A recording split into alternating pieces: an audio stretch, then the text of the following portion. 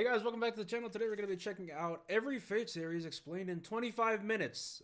This is going to be quite a hefty video, so grab your popcorn. Let's get into it. I'm very excited to check this out. Let's go. Fate Stay Night is the iconic title that laid the foundation for the Fate franchise and paved the way for Fate's large catalog of spin-off media, anime, manga, video games, and much more. Developed by Type Moon in 2004, written by Nasu Kinoko and illustrated by Takeuchi Takashi, Fate Stay Night tells a story of epic proportions, an all-out battle royale between 7 mages and their summoned servants, heroic spirits from ancient history and myth fighting for a chance to obtain the Holy Grail, a magical artifact that will make any wish come true. Unfortunately, Shiro Emiya, one ordinary high school student, stumbles upon this war on accident and gets attacked by a servant, but right as he's about to be killed, he's somehow able to summon his own servant, Saber, to fight and survive. Fate Stay Night is an eroge visual novel in which the game branches off into 3 different story routes the reader can choose from: Fate, Unlimited Blade Works, and Heavensfeel, each one having different event developments that happen in the Holy Grail War. Each story route explores different aspects of Shiro's ideals, exploring themes of heroism and the value of one's own ideals. Each of the routes also focuses on a central heroine that acts as 1,000 likes, we're doing the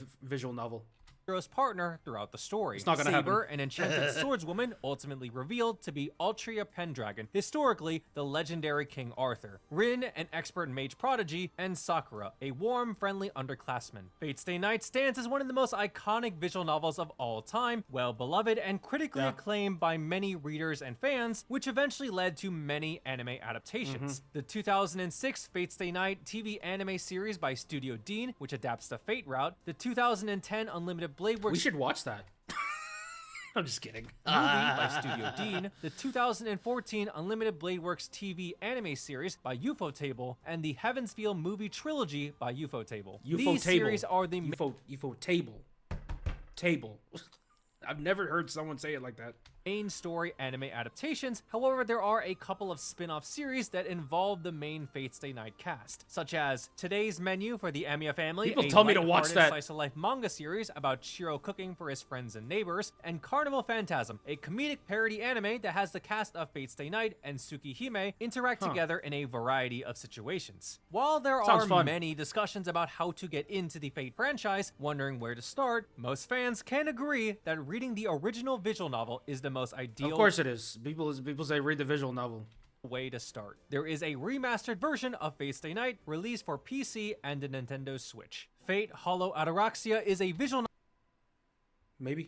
novel developed by Type Moon, released in 2005 as a continuation to Fate Stay Night. While this sequel fan disc explores more of the Fate cast in a more light-hearted slice-of-life nature and setting, it also tells a serious story about Shiro, Bezette Fraga McRimitz, and her servant Avenger, as they find themselves trapped in a time loop. Fate Hollow Ataraxia takes place 8 months after the events of Fate Stay Night, in which the story reflects multiple timelines at once, where all of the major events from all 3 routes of Fate Stay Night happened, while also not being any singular one of them. Here, the story didn't Rin fuse all 3 timelines at the end?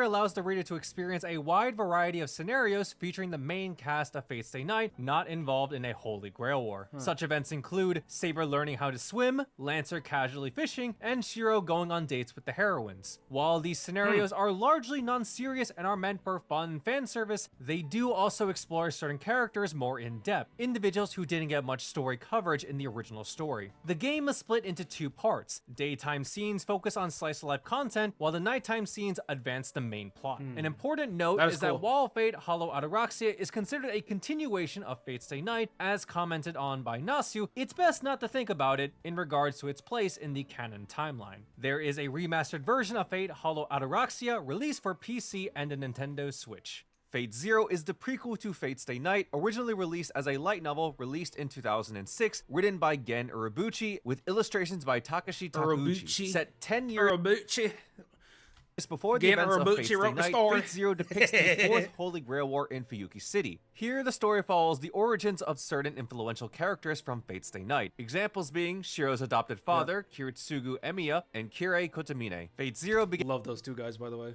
They're great characters. Began when Takashi Takuchi suggested a prequel to Gen Urobuchi. Urobuchi agreed to write the story, while Nasu Kinoko supervised the characters and overall plot. The story of Fate Zero takes on a more darker, grittier tone, while also setting the foundation for Fate Stay Night's events. Through its large ensemble... I gotta say, Fate Zero is probably the darkest of Unlimited Blade Works, Apocrypha, and Heaven's Feel. Fate Zero is the darkest.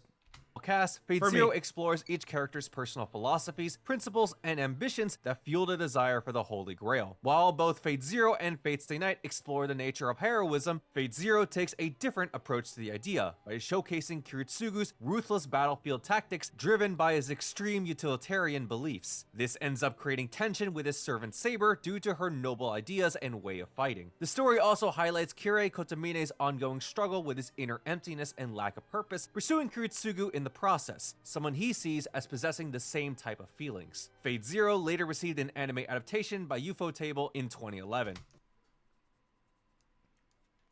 Fate Extra is a 2010 dungeon-crawling RPG developed by Type Moon in Image Epoch and published by Marvelous Entertainment. Fate Extra diverges from the traditional Fate formula by setting the Holy Grail War into a cyber-digital world in its own parallel universe. Fate Extra was written by Nasu Kinoko with character designs by Takashi Takuchi and Arko Wada. Set in a virtual world known as the Moon Cell Automaton, players assume the role of an amnesiac protagonist canonized as Hakuno Kishinami, who is forced to fight in the Moon Cell's Holy Grail War, a dueling tournament involving 128 masters and their summoned servants, fighting for the possession of the Moon Cell, alternatively known as the Holy Grail of the Moon. This setting is crazy! So there's a virtual world inside the moon. There's a parallel universe inside the moon, and they gotta fight a Holy Grail war in the parallel universe to get the Holy Grail of that parallel universe. Okay? Players have the option to select between 3 different servants that will accompany them on their journey. Nero Claudius, the infamous Roman emperor, Tamamo no Mae, a legendary Japanese fox spirit, and Nameless, a heroic spirit embodying justice. The gameplay revolves around dungeon exploration and features a rock-paper-scissors style battle system, where players must predict and counter enemy actions and behaviors. Outside of the dungeon, Fate Extra operates like a traditional RPG with visual novel elements, where the player must gather data on their opponent and raise their affinity with their own servant. Fate Extra's themes tackles the brutal struggle of survival while also following Hakuno's journey to uncover their own forgotten identity and their purpose for nice. So it's not just a self-insert. They actually have their own personality. I like that. Good. Fighting in this digital Holy Grail I appreciate war. that. Fate Extra would eventually go on to have its own dedicated series of games in the Extra timeline. Fate Extra has a there's an extra timeline. On to have its own dedicated series of games in the Extra timeline. Fate Extra has a 2018 anime adaptation by Shaft known as Fate Extra Last Encore. It is very highly recommended to read Fate Extra before watching Last Encore, as the anime has its own original storyline based on the game. Fate Extra also has a remake you think I'm gonna read? in the form of Fate Extra Record, with updated visuals and gameplay. Fate Extra CCC is a 2013 There's extra of extra dungeon crawling RPG and is the sequel/spin-off companion game to Fate Extra. This installment presents a more psychologically complex story to Fate that explores themes of love, sexuality, repressed desires, and the hidden aspects of one's personality. During the events of Fate, what was going on in that lower right corner? Sexuality, Hello? Repressed desires. What's going on with Rin Tosaka? Wait. It feels so good, but it's embarrassing. I can't believe I'm fully exposed. Yeah, this is exploring themes, all right?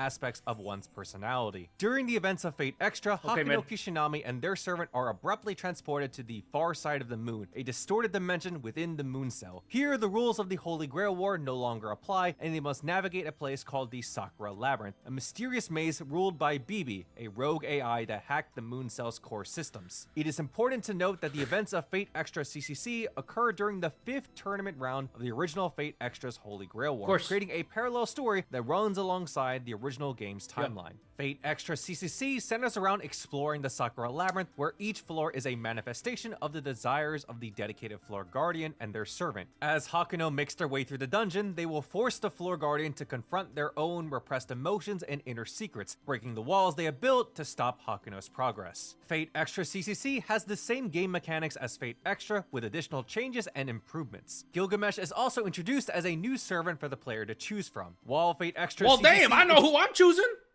introduces BB as its primary antagonist, it also introduces the Sakura 5, separated aspects of BB's ego that have split off as independent entities, manifesting under the new servant class. Why is Affection the lolly one?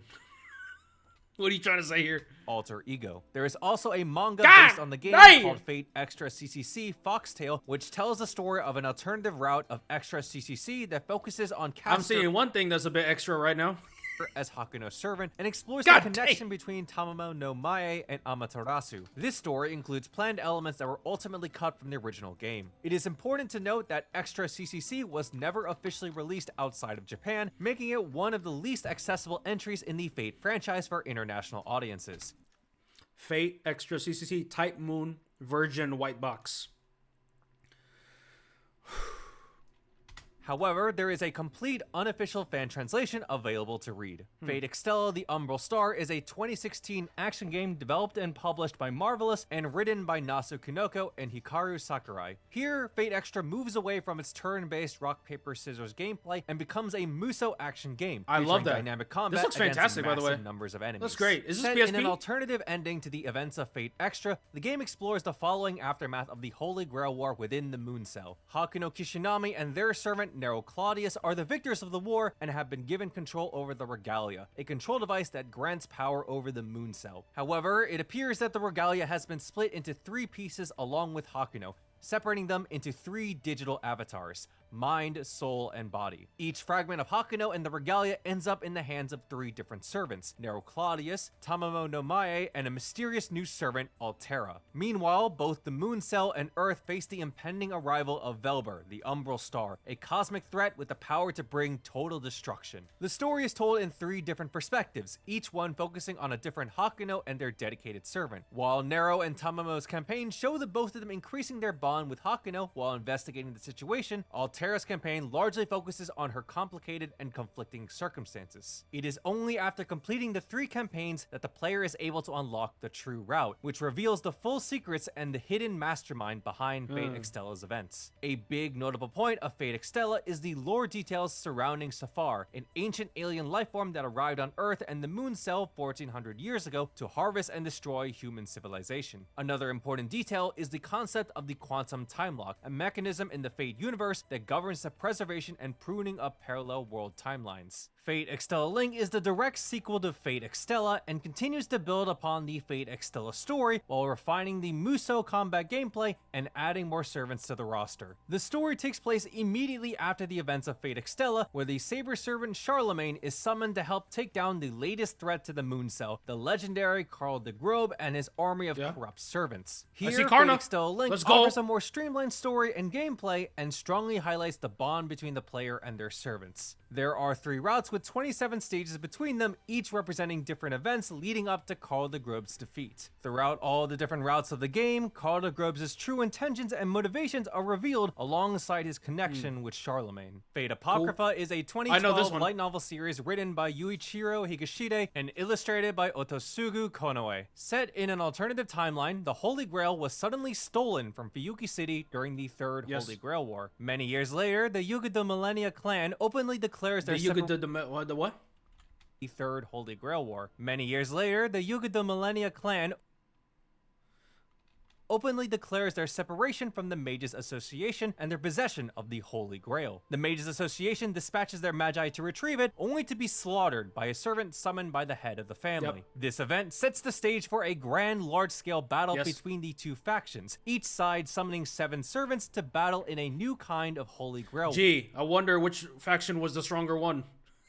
War, called the Great Holy Grail War. While the story depicts the ongoing fight between the Yuga Millennia clan and the Mages Association, referred to as the Black and Red factions respectively, it also tells the story of Sieg, an escaped I'm kidding. homunculus who eventually becomes his own self-aware, self-realized individual through his unfortunate participation in the war conflict. Fate Apocrypha takes its time to explore each of its expansive cast of characters and their individual wishes and personal regrets in life, while also detailing its expansive cast of participation in the war conflict. Fate Apocrypha takes its time to explore each of its Stop the cap. expansive cast of characters and their individual wishes and personal regrets in life, while also detailing its over-the-top battles. A couple of the featured servants in Fate Apocrypha are Siegfried, Astolfo, Mordred, and Karna. This also includes the unique ruler-class servant, Jeanne d'Arc, who serves as the overseer of the Great Holy Grail War. Fate Apocrypha has a 25 who serves as the overseer of the Great Holy Grail War. Fate Apocrypha has a 25-episode anime series produced by A1 Pictures in 2017. Fate Lost and Hayard is a light novel series written by Hikaru Sakurai in 17. Fate Lost and Hayard is a light novel series written by Hikaru Sakurai and illustrated by Shiro Miya. This series takes place 10 years after the events of Fate Apocrypha and follows Lamina Yugmalenia as she participates in... Okay, you just pronounced it completely differently that time. First it was Yugmalenia, and now it's... years after the events of Fate Apocrypha and follows Lamina Yugmalenia as she participates in... It's fine, I don't care. In the double subcategory Holy Grail War. In this Holy Grail War, each master has a pair of servants that team up to face other masters and their respective servant duos. Lamina's servants are Ragnar, the king of Vikings, and Aslaug, the last of the Valkyries, as well as the daughter of Brynhildr and Sigurd. The running conflict is that while these two heroic spirits are historically husband and wife, Aslaug does not remember her relationship with Ragnar in the present day. Currently, there is only one volume of Fate Lost and Hayard published with an English fan translation for the first volume out. Fate Lost and Hayard is also the first Fate series to have a colon in the title instead of a /. Fate Prototype is that looks, I was gonna say the character designs are crazy with that one. An early draft of what would eventually become Fate Stay Night. Originally written by Nasa Kinoko during high school, Fate Prototype would undergo several changes before it was transformed into the version of Fate Stay Night we know today. Many core ideas of Fate Stay Night are still present, but the general roles, tone, and characters are completely different. Instead of Shiro Emiya, the protagonist is a girl named Ayaka Saijo, and instead of... I was gonna say she kind of looks like Shiki a little bit, but it's not Shiki. Saber being female, Saber is male, revealed to be Arthur Pendragon. Fate Prototype has two dedicated media, a short anime OVA released in 2011, and a light novel prequel series, Fate Prototype Fragments of Sky Silver, released in 2014, written by Hikaru Sakurai. The light novel was later adapted into a drama CD and a manga. The Fate Prototype OVA is a short animation of the original Fate concept, showing off Arthur Pendragon and prototype versions of Gilgamesh and Cuchulainn. Fragments of Sky Silver tells the story of the first Tokyo Holy Grail War, in which a young Ayaka Saijo remains unaware of a Holy Grail War taking place, while her older sister Monica is one of the chosen masters, summoning Saber as her servant. Here the story features servants like Arash, Brynhildr, and Ozymandias. There's also a side story of Fate Prototype called Fate Labyrinth, which serves as a tie-in between volume 4 and 5 of the novel. Yeah, I recognize some people here. Fate-colored liner Prisma Ilia the fourth route is a 2007 spin-off manga series written and illustrated by Hiroshi Hiroyama, a Fate title set in an alternative universe where Ilya von Eisenberg from Fate Stay Night becomes a magical girl. In a chance meeting with a magical talking wand named Kaleidostick Ruby, Ilya is chosen to become a magical girl and help Ruby and Rin find and locate the 7 class cards scattered across the city, magical items that hold the essence of legendary heroic spirits. While some people see Prisma Ilia as a magical girl comedic slice-of-life series infamously known for its scenes of young girls kissing each other, Prisma Ilia also carries itself as a very serious magical girl story. Here, the story continues to embody and even expand on Fate Stay Night's original ideas of fighting for one's own ideals and the extent of sacrifice. It also mixes in familiar ideas and thematic messages of the magical girl genre, such as the strength and willpower of a young girl who strives to save everyone. This is best shown through Ilya's growing relationship between another magical girl with a mysterious past named Miu Edefeld and her own sister, Kuro von Eisenberg. Dang, I wonder what kind of character design that she was based off of. Past named Miu Edefeld and her own sister Kuro von Eisenberg. While there are very plenty familiar of color palette like moments in Prisma Ilia, it also contains very dramatic emotional moments between its characters, as well as very flashy action battle sequences as well. Prisma Ilia has an anime adaptation in the form of the Prisma Ilia TV series and movies. What is that? Ilia has an anime. Oh, Oath in the Snow. Yeah. People have been telling me that this is peak Shiro right here in Vow in the Oath in the Snow. I might check that out. I'm not gonna lie.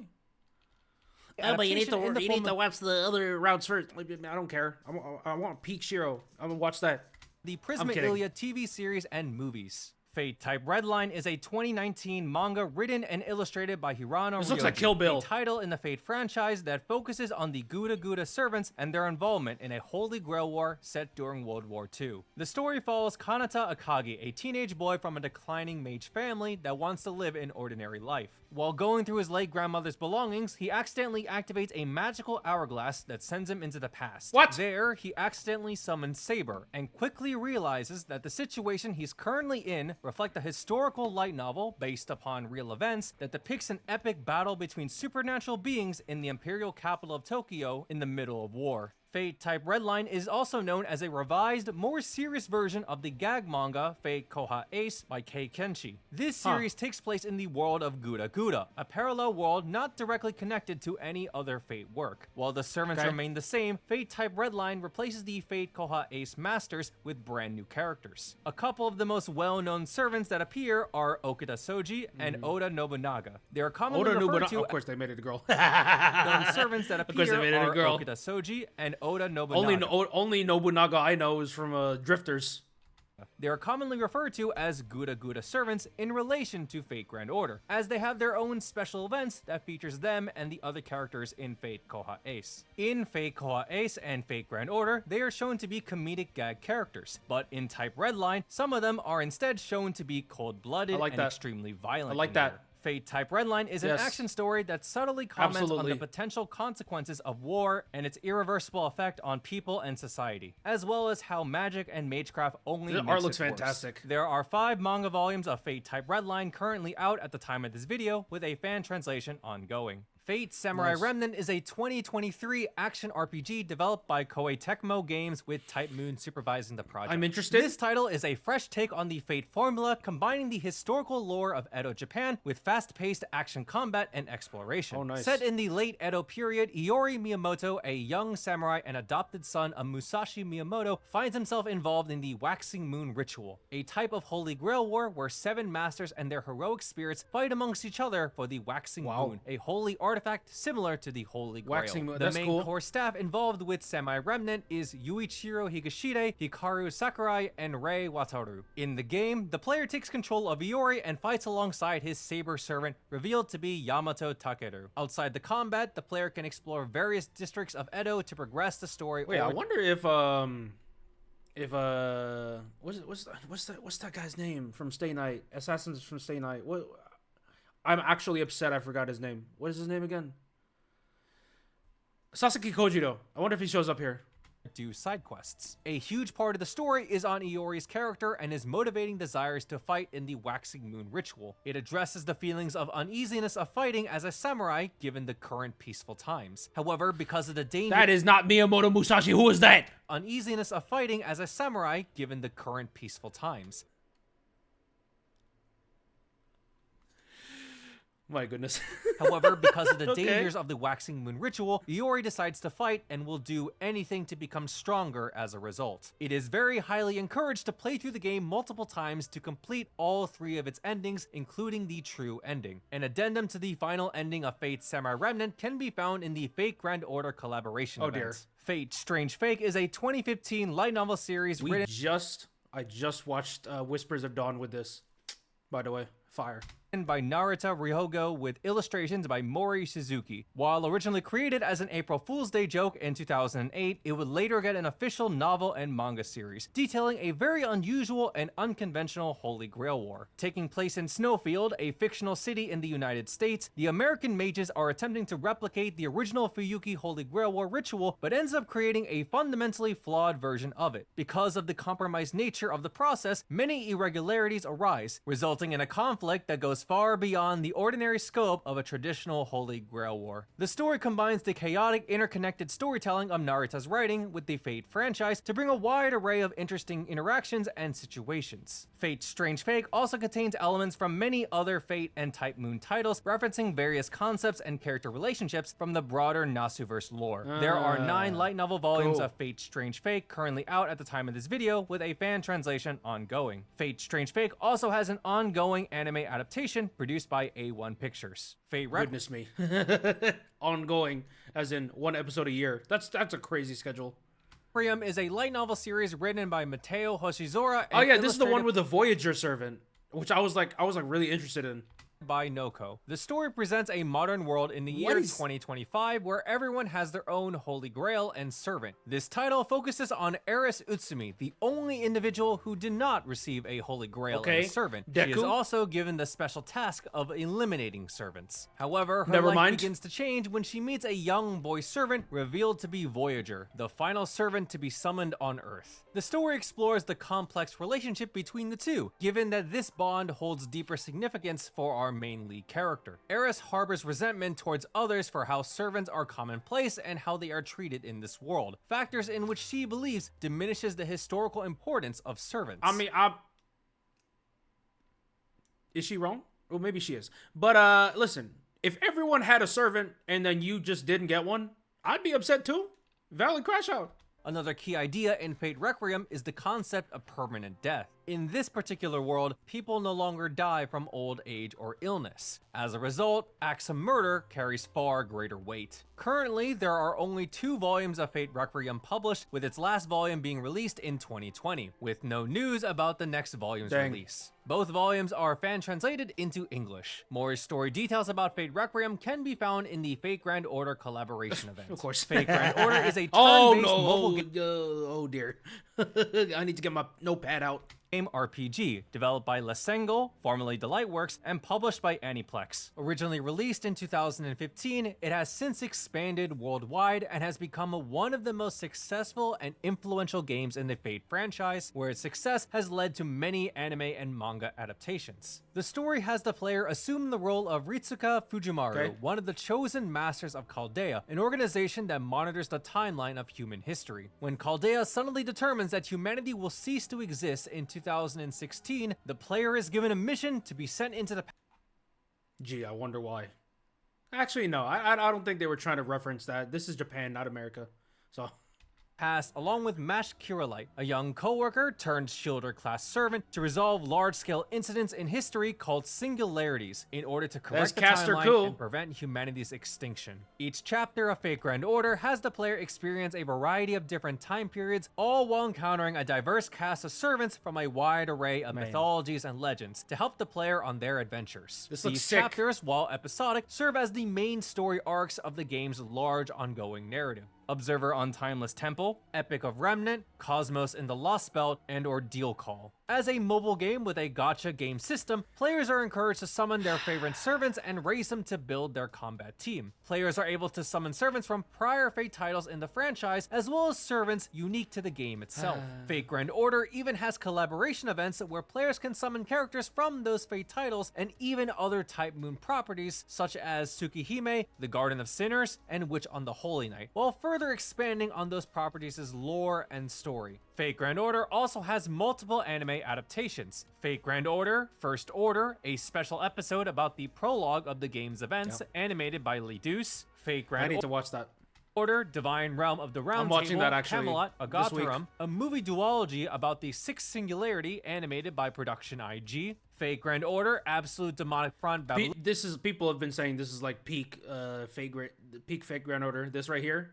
Babylonia, and I saw Enkidu, a TV anime series about the Seventh Singularity by Cloverworks, and Fate Grand Order Final Singularity, Grand Temple of Time, Solomon, a movie about the Final Singularity and end of Part 1 by Cloverworks. It's a good movie. Okay, got it. Thanks. Order has become a massive success, accumulating millions of game downloads and billions in global revenue. Dear. Its lasting popularity can be attributed to its complex and exceptionally written stories, a diverse and lovable cast of characters, and its large, dedicated fanbase. Carnival Phantasm should I turn this channel into a Fate Grand Order gacha channel? It's a comedy OVA series based on Eri Takanashi's Type Moon gag manga Take Moon. Created by Lurche and released in 2011, Carnival Phantasm was made to celebrate the 10th anniversary of Type Moon and represents a comedic parody spin-off of Fate Stay Night and Tsukihime. Each episode in the series contains multiple short skits featuring Fate Stay Night, Tsukihime, and Melty Blood characters. Here, Carnival Phantasm has several reoccurring jokes, some of which are referenced constantly among the fanbase, such as Berserk Car? Wait, hold on. As soon as we finish like Grand Order, and as soon as we finish Grand Order, this might be the next one. Lancer constantly dying, and Saber's Thank you! Thank you, they're finally taking a piss at that. Thank you. food obsession. Carnival Phantasm also features Neko Arc as the series' unofficial mascot and narrator. Neko Arc is a cat-like parody version of Arcuate who often breaks the fourth wall and provides side commentary. Carnival Phantasm is best enjoyed if you have experienced both Fate Stay Night and Tsukihime due to its referential humor. Yeah, that's like post-game. That's like post-game content. You don't watch that while you're watching like Heaven's Feel or something. You watch that after you finish everything else.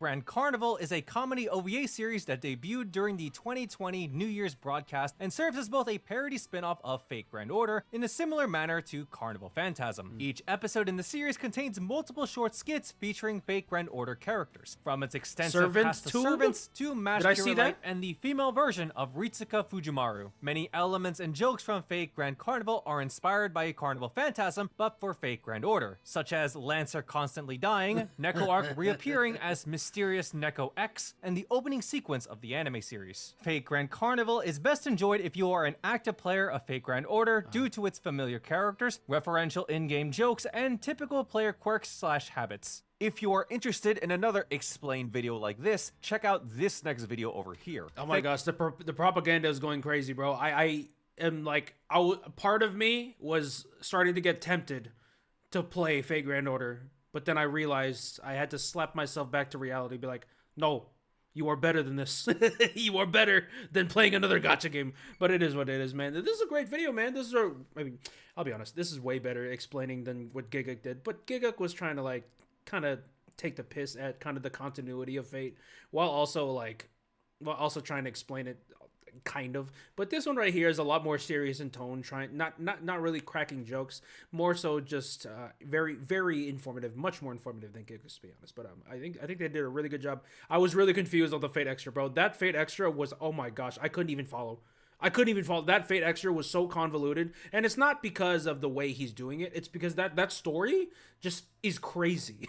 It's crazy. And I'm sure if I like consumed the story properly through the games and what other mediums they have, I probably would understand a bit more. But when you summarize it like this, with a plot as outlandish as that, like, there was no way I wasn't going to be confused. Oh, now I'm going to get comments be like, I actually comprehended it completely, and I don't even know Fate. Good for you, bro. I'm just kidding. Anyways, yeah, this is a great video, man. I'm going to leave a link in the description below. Thank you guys so much for watching. See you guys in the next one. Peace.